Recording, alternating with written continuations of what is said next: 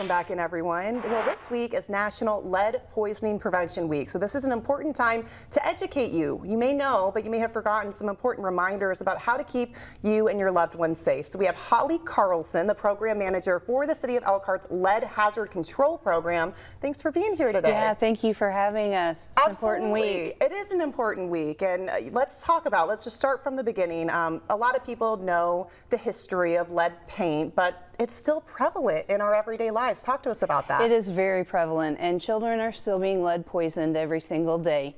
Any house built before 1978 has the potential to have lead hazards in it, and this is the week that we are going to get parents to understand that they need to have their children tested, have their home tested.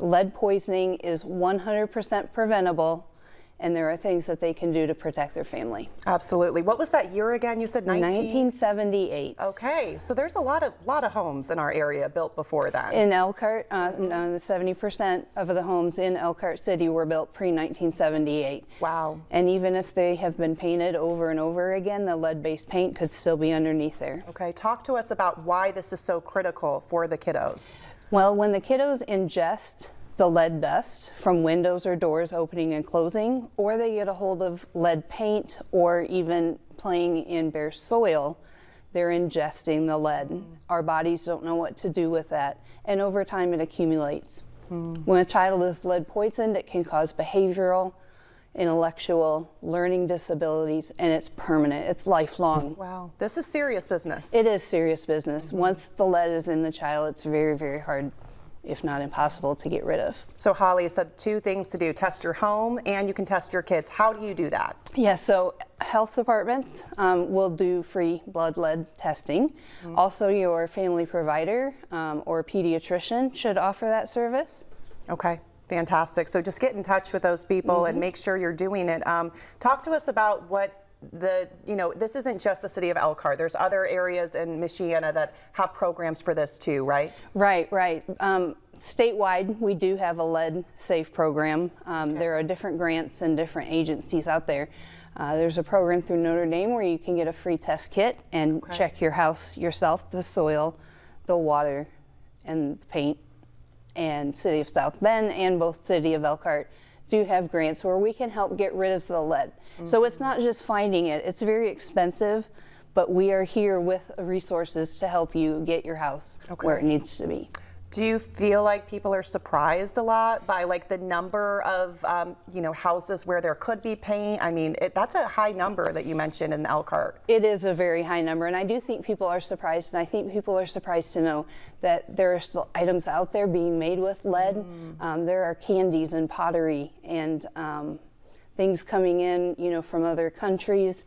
Spices even can have high levels of lead. That's a limit, right? So when you're buying a product, should it tell you if something's above that EPA yeah, limit? it should. And always be aware of recall lists and the FDA guidelines for those things. Okay, that's very, very important. How long has the City of Elkhart had this division that you're in specifically for lead control hazards? Since 2004. Okay. Yep, August of 2004. Okay, and do you feel like you've had success in educating the community? We are really getting out there, getting the message out there, and it's word of mouth. Once the neighbors find out that they've had their house tested, then they think, well, the next house is going to be just as bad as my house, and if your child is sick, maybe my child is too. Right. Maybe they play together, share daycare centers. So if your house does test positive for high levels of lead, that means you've got to strip the walls down? What does that process There are look different like? ways that we can abate the lead.